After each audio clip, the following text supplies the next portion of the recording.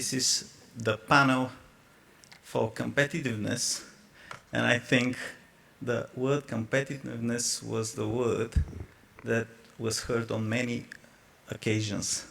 And I think we have a very, very distinguished panel, very diverse panel, diverse in any sense of this word, diverse in the sense that many of our panelists have seen the world and the competitiveness from different angles, from the private sector, from the public sector, from the NGO sector.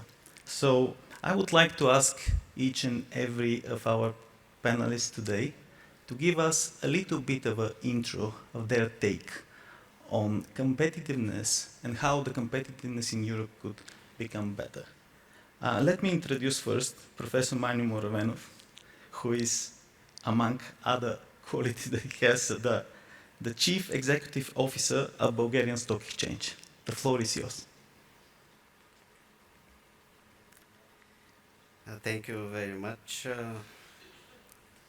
So it is very difficult to talk about competitiveness when you are part of one of the smallest stock exchanges in Europe, which has to comply with the same regulation as any other regulated markets in Europe.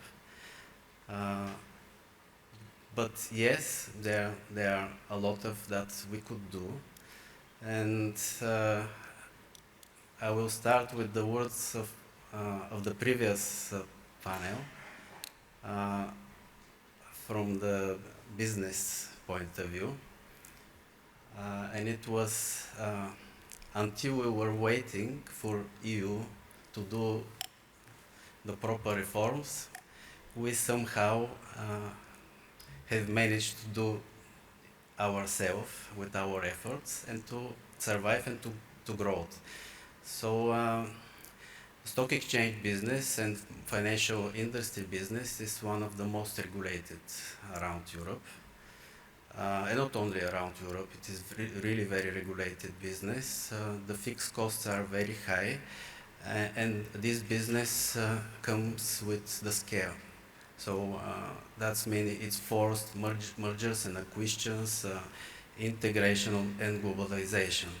And this started happening in Europe during the last 20 years, and nowadays we have several regional exchanges and group of exchanges. 4 of them are really big comparing to Europe, comparing to the other part of the world, all of them are small. But also more than 10 very small exchanges, and there is no interconnection between them. And the idea that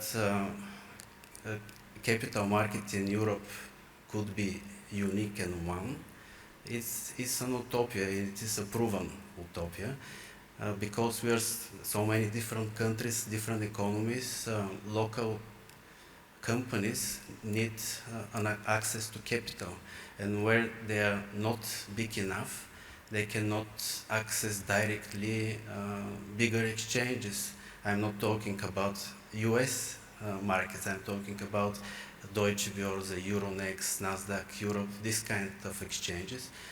For Bulgarian companies and companies from other smaller stock markets, it is very difficult to join these markets, and not only because of the lack of connection, it is because of the size. These companies are not big enough. Companies listed on the Bulgarian Stock Exchange, more than 90% of them are SMEs. So that means SMEs, we have to tailor the regulation and our business activities to attract SMEs companies to be listed, and also to attract investors to invest in the growth of these companies. And it was proven. Once SME growth markets special regulation was introduced, and Bulgarian Stock Exchange started marketing this option, this opportunity to be listed without becoming a regulated company, without going to the regulation authorities, but directly to the stock exchange and to become a kind of hybrid company, half public, half in the private sector. But this is the first step, a very good step. So what's happening in Bulgaria on our B market, which is the SMEs growth market on our stock exchange, we've seen 21 IPOs for a few years, which haven't been happened during the last 15 years. And most of the IPOs are done on this market because the size of this market and what it's offer is quite enough for a vast percentage of Bulgarian companies. So, Mr. Muravenov, thank you so much. I gather that size matters, and we have a representative on our panel who cannot complain about the size. One of the largest institutions, not only in Bulgaria, but in Europe. So, Mr. Alexander Pev, who is the General Manager for Corporate and Social Responsibility at KBC Group Bulgaria.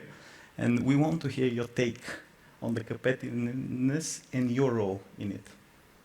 Yeah, thank you first for the invitation and for the nice organization.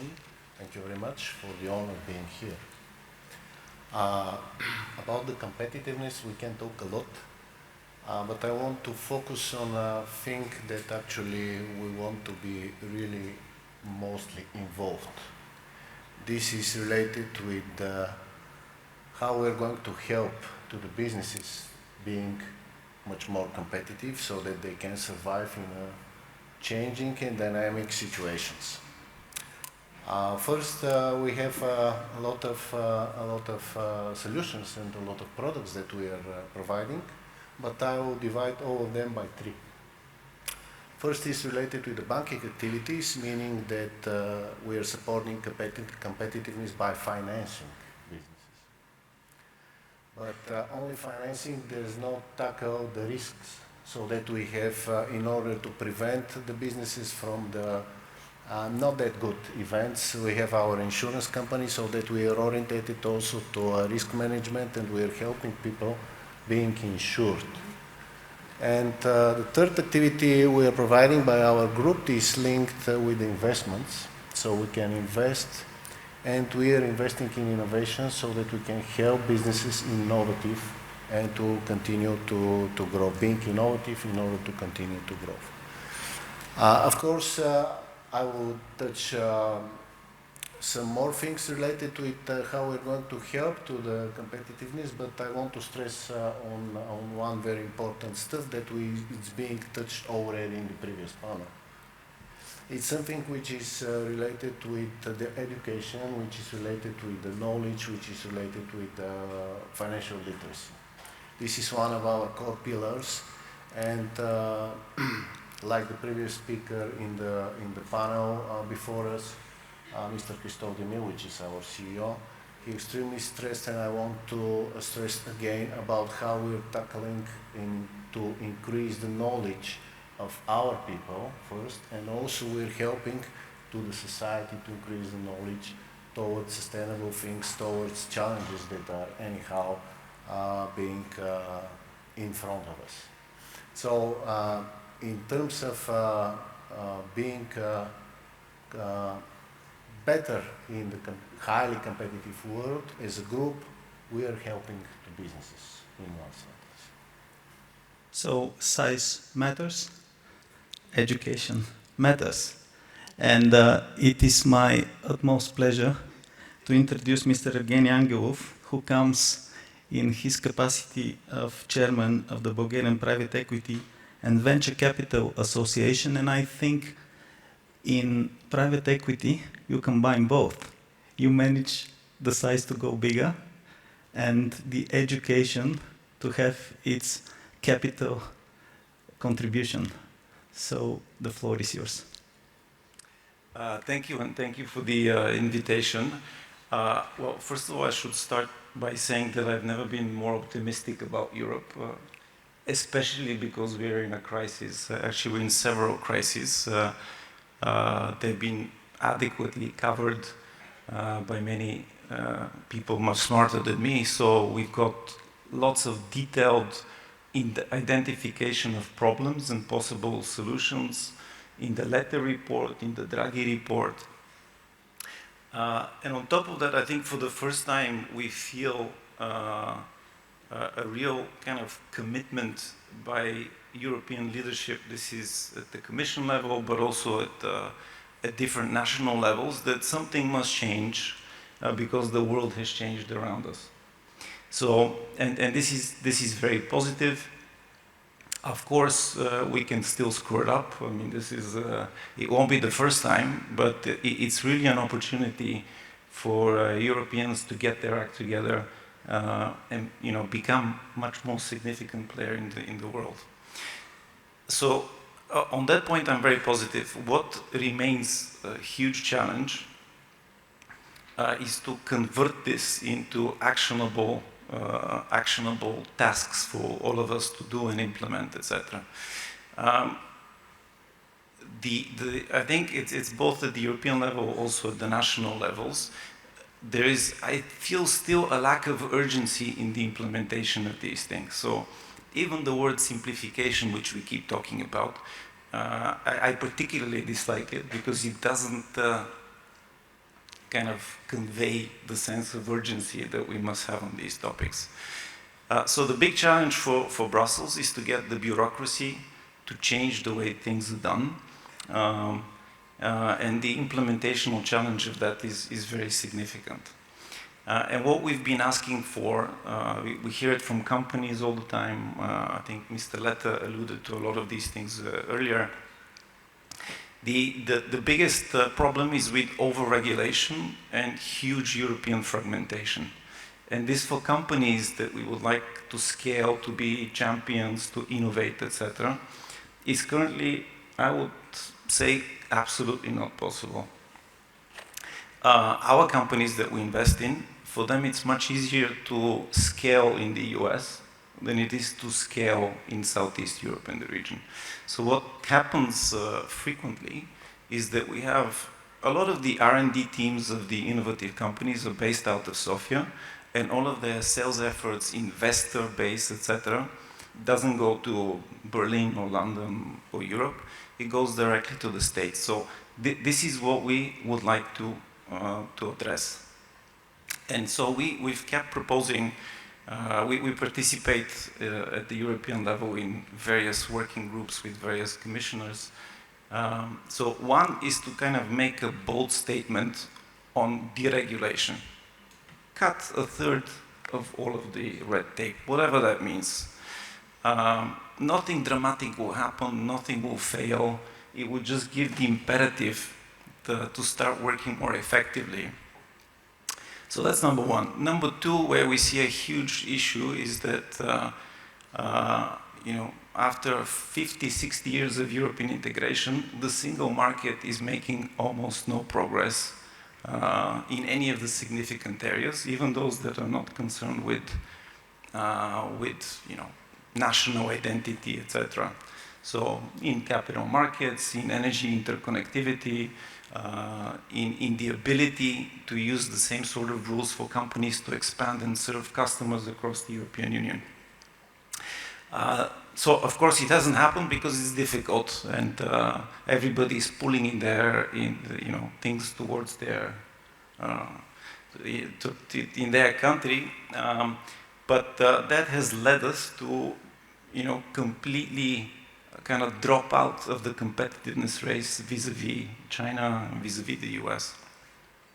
So that's the second thing important for companies in innovation is this, you know, functioning single market. And the third thing is about innovation and investing in innovation, and we talk about it a lot. And the way it needs to be addressed, in my view, is not through a government or pan-European initiatives, etc., because they will still be very small. Even if, you know, 500 million is raised at European level, it's a drop in the ocean in terms of what is needed. So what we've been advocating, and I think there is now quite a lot of recognition of this, is that we need to mobilize European savings, particularly those in pension funds, insurance companies, which, first of all, tend not to invest in riskier asset classes. For example, in the US, these institutional investors represent something like 30% of the capital base of venture capital private equity. In Europe, it's around 5%. In Southeast Europe, it's practically zero. So what do you expect to happen? So what we are seeing is that there is some grant funding, some seed funds in Europe that kind of kindle the ecosystem, and as soon as you get to a level that you're deserving, you can raise 10, 15, 100 million, inevitably you have to look elsewhere. And this is, I think, easily addressable. So to think of mechanisms, I'm not going to bore everybody here with the details, but there are functioning mechanisms to support this type of investment, to get these institutional investors to get into this space. So again, I am cautiously optimistic that we also on this, we are on the right track.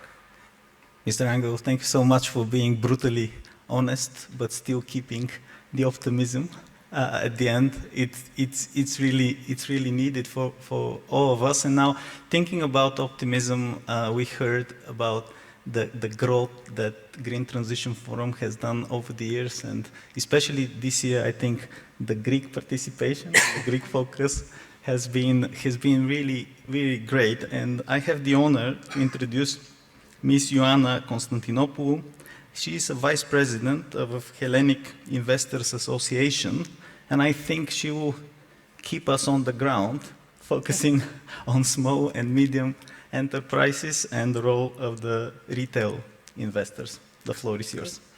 Thank you for having me here today, representing Hellenic Investor Association, a body who advocate for the rights and interests of retail investors, everyday citizens who want to invest in our economy, in the future of our economy. About the question, EU can take 3 immediate and high-impact steps to reduce burdens for both SMEs and retail investors, 2 groups that are closely linked, if you want my opinion.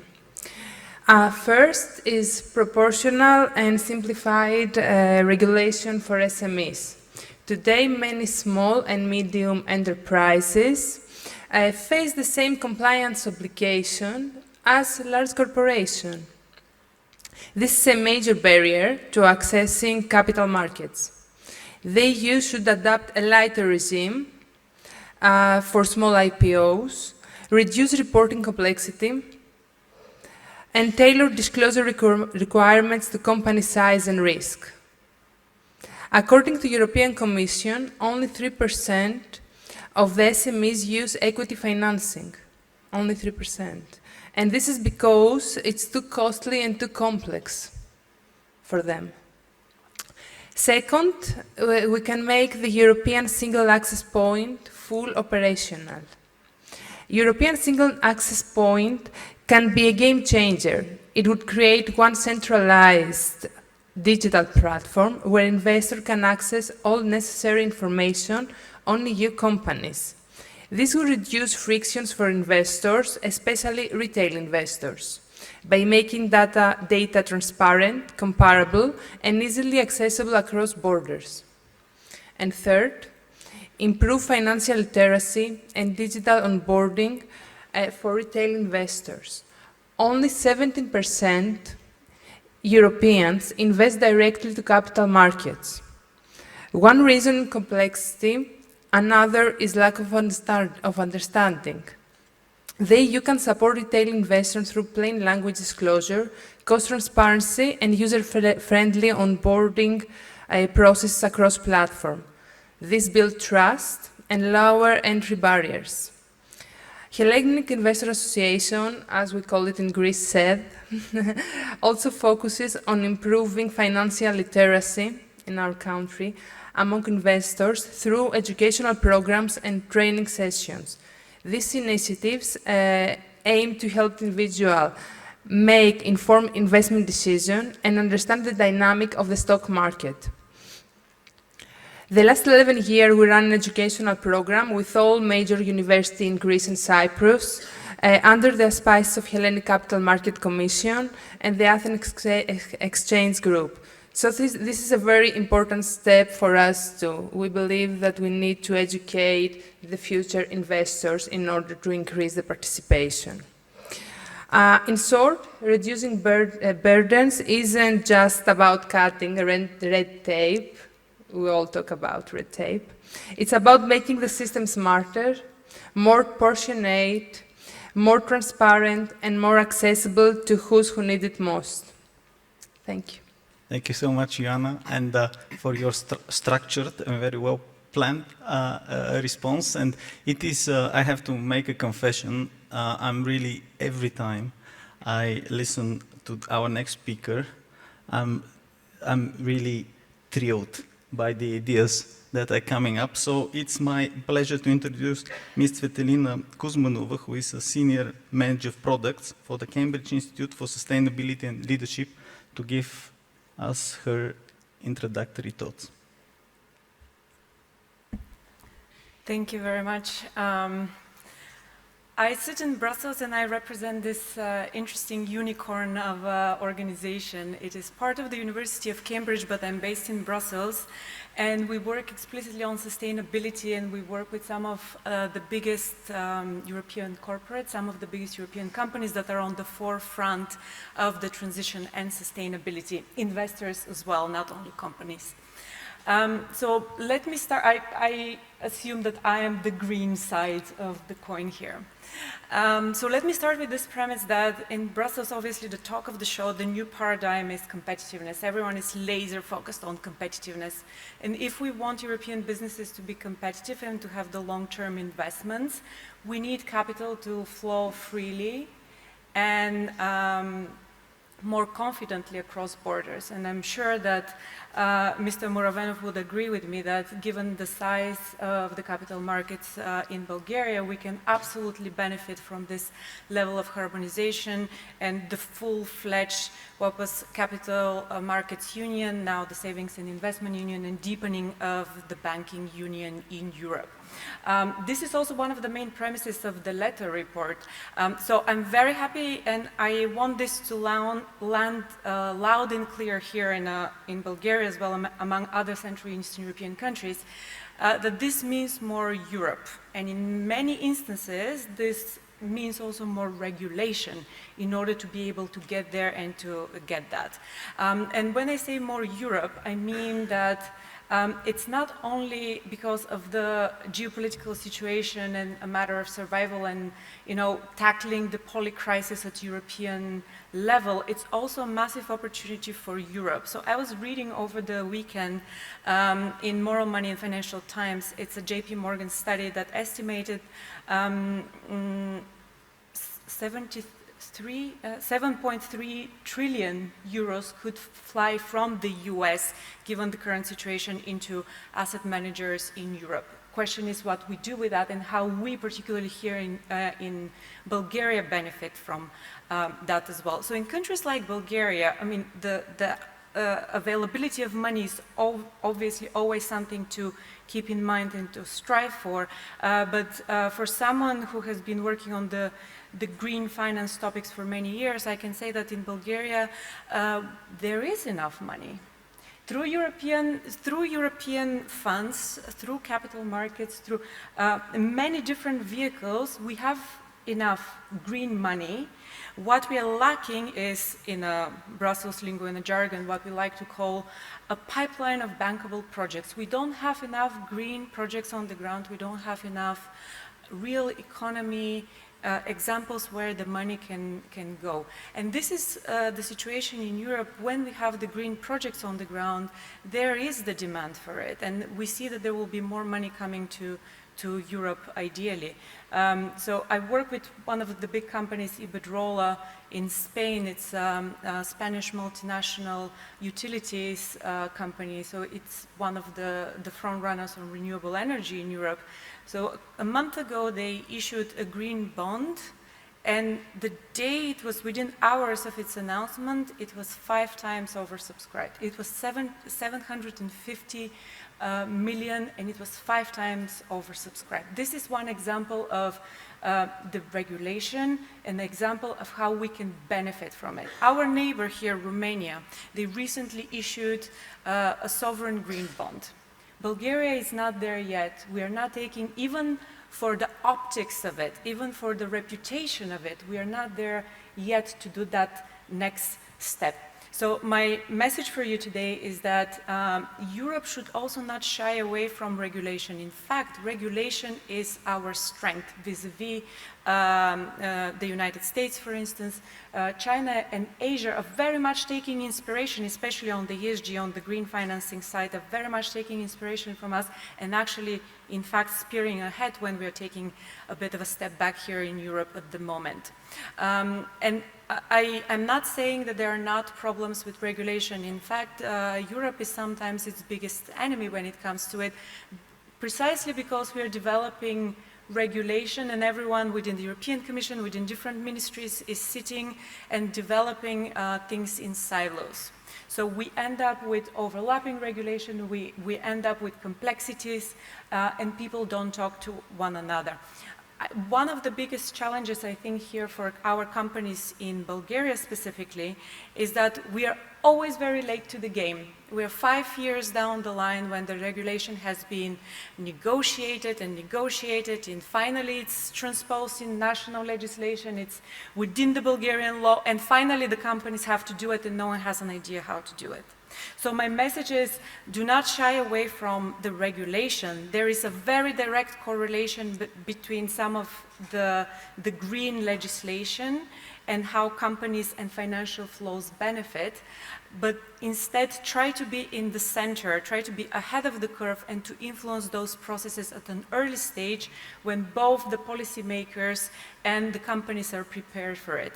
I like, ironically, to say that Bulgaria, especially on the finance regulation, Bulgaria is a policy taker, not a policy maker. So it's a high time that our companies, our financial sector, and our policymakers are taking that opportunity. The Eurozone accession, by the way, it's not so much from a monetary or macroeconomic point of view, but from even regulatory for the banks. Let's not forget Europe is a predominantly bank-based financial system. There are a lot of benefits from being front and center and actually participating actively in this. So yes, 2 messages. Regulation can work better. It can work better only when we equally participate in it, here in Europe, in Eastern Europe, in Bulgaria as well. But also let's try to be ahead of the curve and to see how we benefit from it, rather than seeing it simply as a compliance exercise. So, Tiliana, thank you so much for your overview. I thought we are not allowed to talk about clients, but since you opened the door, let me say that you should be watching this space of new bonds, and hopefully next time Bulgaria can present a few new bonds which are on the pipeline, signed and soon to be released.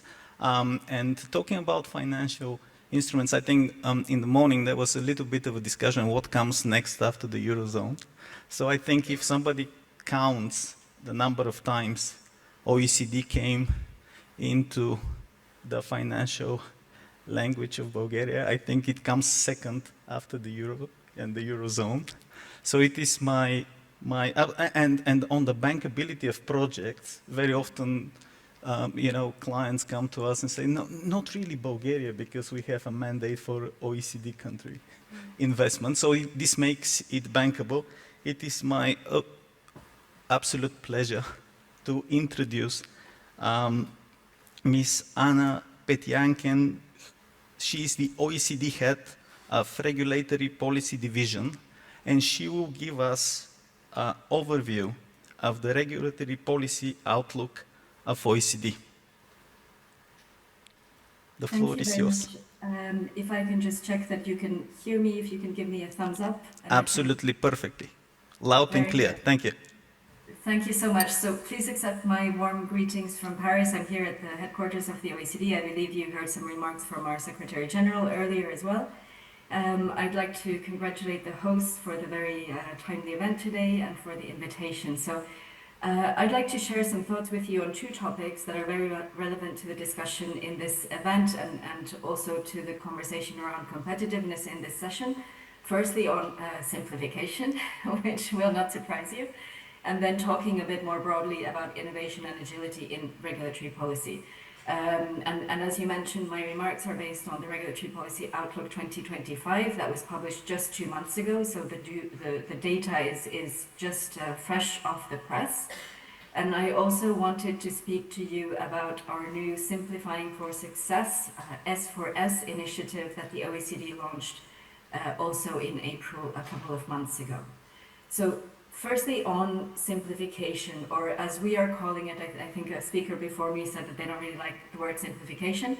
The terminology that we are now using is regulatory burden reduction and simplification to encompass the variety of government initiatives that we are seeing across the world, and many words are being used interchangeably and not necessarily to describe exactly the right thing.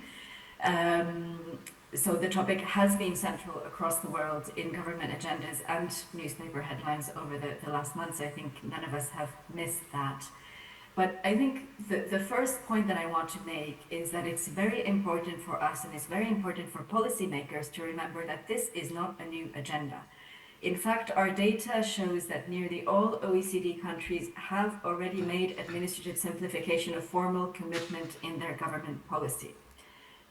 Yet, as we've heard from a number of speakers today, there's a perception or there's a real lived experience that points to the fact that existing excessive regulatory burdens still exist.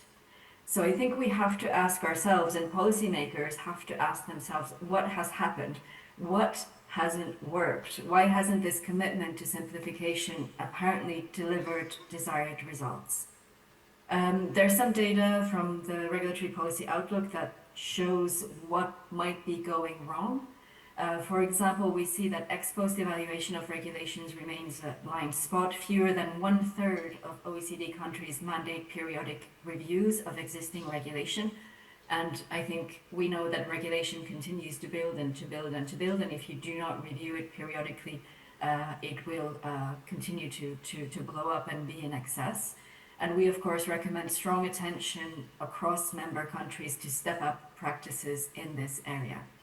Another data point about simplification shows that while most members assess and quantify administrative burden, fewer measure the substantive compliance costs or quantify the benefits. And I think this lack of measurement of compliance costs will certainly speak to the private sector representatives on this panel and this event. So, of course, this practice doesn't reflect the full experience of businesses in implementing regulations. But these data points probably alone don't explain the persisting regulatory complexity. We're also asking questions like, for example, are political announcements not necessarily matched by implementation, or are the tools and methods that are used by government no longer fit for purpose, and do they need to be upgraded? So these are some of the topics that we'll be exploring through our new initiative, Simplifying for Success. We'll be organizing a symposium in Paris 17-18 November to explore these questions and to make sure that the OECD can support governments in this crucial task in the best way, taking into account the current global context and the policy challenges that governments are facing. Secondly, I quickly wanted to comment on innovation and agility in regulatory policy and our main recommendations in this area that are also explained in much more detail in the Regulatory Policy Outlook. Firstly, the good news is that we do see evidence that governments are taking up the challenge to create better risk-based rules that can support innovation while protecting from risk and while maintaining goals of public policy. So we have recently, a few years ago, adopted the OECD recommendation for agile regulatory governance, which shows that OECD member countries are recognizing the need for regulation to be agile and capable of anticipating and adapting to new evidence and new ideas and new business models that are emerging. There are three main recommendations in this area that we make to policymakers. I'll go through them quickly. First is to adapt processes for responsive regulation. So this means adopting anticipatory approaches such as horizon scanning, strategic foresight, and we've already heard about this from a couple of speakers, more early stage and consistent stakeholder engagement as a key component for responsive regulation. We also, as a second recommendation, urge governments to use new tools themselves to improve their regulations powered by digital technologies like AI. Governments fully utilizing these new tools can be more responsive and effective and better support innovation. And there are, of course, many examples of this that are starting to be available worldwide. And thirdly, regarding innovation and agility, the final recommendation is to shape future-ready regulatory institutions. So this means investing in regulatory institutions' cooperation and capacity. What we still see often, and it would be interesting to hear from the other speakers if this is also your perception, is that regulators continue to operate in silos that are potentially organized sectorally, whereas the phenomena that they are intending to regulate often transcend sectors as well as more and more borders, national frontiers. So these are some of the top recommendations that we're making in this area. And just to say again, the data is available on our website, the Regulatory Policy Outlook 2025. Please watch out for our Simplifying for Success initiative, and I'll be very happy to take any further questions and continue the conversation. Thank you. Thank you so much, Anna. As we are running out of time, I have just one sentence for you and for OECD. Bulgaria is next. We are coming. I have a challenge in all the panels that I have led over the years. I'm always on time, and we have just a few minutes left, and I want our panelists to put themselves into the shoes of Hemingway, who was once asked to write a story with 4 words, and he managed to write a beautiful story with just 4 words. So a quick question for each one of you, and please do it very short. So first, to Professor Morovenov, which reform and initiative is the most crucial one for the Bulgarian capital markets? Let me start first with saying that it is very clear now around the European stock exchanges, and I'm not talking only about small exchanges, but about the big groups, that it's time to change the approach to bottom-up approach. That means the business must be the driver of what is going to happen, and there is a lot of initiatives between us. We are looking to different initiatives. We created a company together, more than 20 exchanges around Europe. We have one business entity. It will be EuroCTP, probably the new consolidated tape provider, and also one of the smallest exchanges, Bulgarian Stock Exchange, is part of the supervisory board of this company. We also have very active dialogue on the regional level and smaller exchanges in Europe. We are looking for opportunities how to work together. And I could say that smaller exchanges sometimes are good competitors and even advantages, because we are small, we are very flexible. Our CEOs knows the market, the whole market. They knows the company, the investors, everyone. And sometimes in dialogues with the big elephants, we could add something. We could show them how to do some changes. And for instance, Bulgarian Stock Exchange is the only small stock exchange that has direct connection with big exchange, Deutsche Börse, with our Euro bridge market. So entering Eurozone is something crucial, because it will allow Bulgarian companies to be listed not only on Bulgarian market but on bigger market and cross-border trading, and which is very important, post-trading interlink will be much easier. For instance, with T2S system, this is the settlement system where our central depository is part. So in this regards, probably one of the very important activities that we have to do, it is really difficult, is how to attract Bulgarian citizens to invest more from their savings into the stock market and Bulgarian market. So we have to create products, and not only local products, we have to create regional products, and we have to educate them, but on two layers, in the universities and the schools, but also very fast, with very short introduction, because what I see is that Bulgarians invest a lot, but not at Bulgarian Stock Exchange. Thank you, Professor Muravenov. I think you have a pipeline in front of you, and next is the banking sector. So, Mr. Pev, what is that the banking sector could bring to the picture, and kind of the main role of the banking sector for the competitiveness in the future? I would say it's a big role. Although competitiveness is very, very important for the development of the business, but I would say that we need to be competitive in a sustainable way. You cannot be competitive just for first quarter or just for the first 5 years of your business cycle.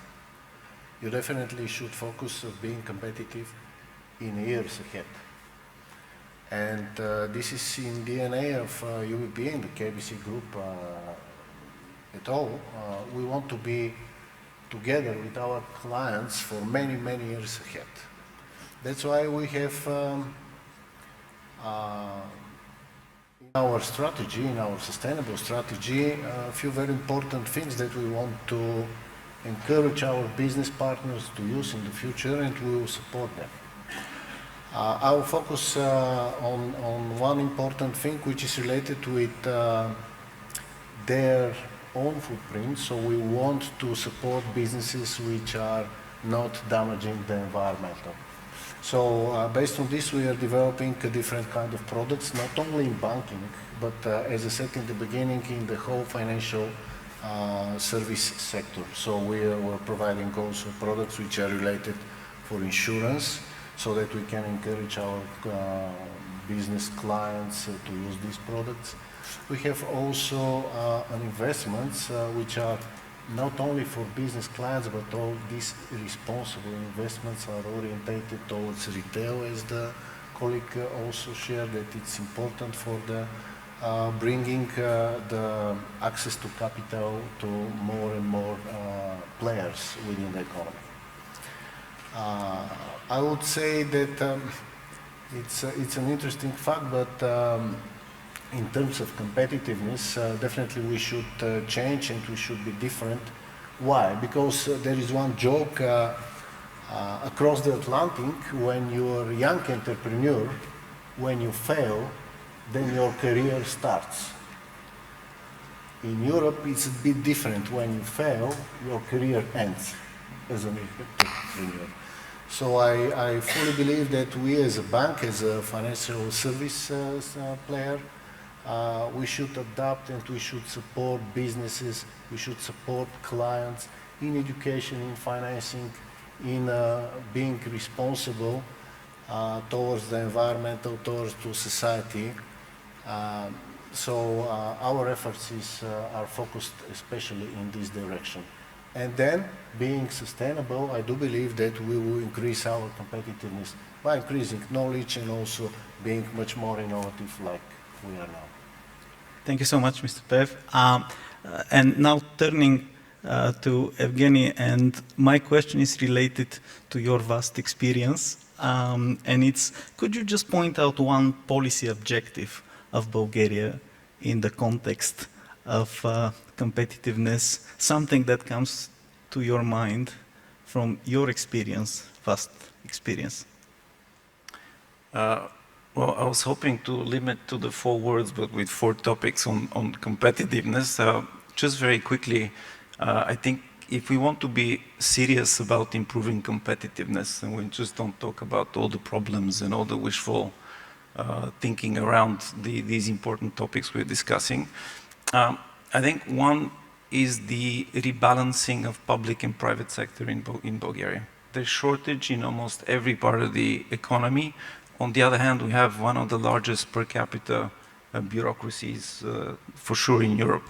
So you have a lot of productive people thinking of more and more regulations, how to regulate the other part of the economy. So that's one thing. And I think nothing dramatic, again, will happen if you remove half of the ministries and half of the administration. The country will not fall apart. In fact, it might accelerate its progress. That's number one. Number two is this e-government that we've been discussing for the better part of the past 30 years, and it's still nowhere to be seen. I think we should just kind of almost give up the idea that we're going to develop this ourselves. Buy a ready platform. Number of countries have excellent e-government platforms, and adjust our regulation where it doesn't fit, if we cannot make it happen. And I think thirdly, we are lacking national priorities of development, and I realize it sounds like a kind of North Korean presidium plea, but the reality is that all countries have priorities. If China can have priorities, if the US can have priorities, the smallest country, well, one of the smallest countries in Europe cannot afford not to have priorities. And this is something that we should demand from our public representatives. That's why they get paid the big bucks, is to have this difficult discussion around where we're heading, which parts of the economy are important, which are less important, and so on. And lastly, in terms of our own industry, and of course I'm biased here, but in the past 15 years, I think the venture capital private equity ecosystem has had an impressive progress. So there's now about 20 fund managers that are locally based, about $1 billion level under management from 0 15 years ago. And we were by far and away the leaders in our region. And now we're losing this lead because everybody's catching up to this idea. So we need to make sure that the initiatives that are now going through Parliament with allowing pension funds to invest in insurance companies, they're a little bit bolder and more risk-taking, I would say. So that's our priority, and I stop here. Thank you so much, Evgeny. And Ioana, no pressure to you, but I will ask the question that we asked Mr. Letta in the morning.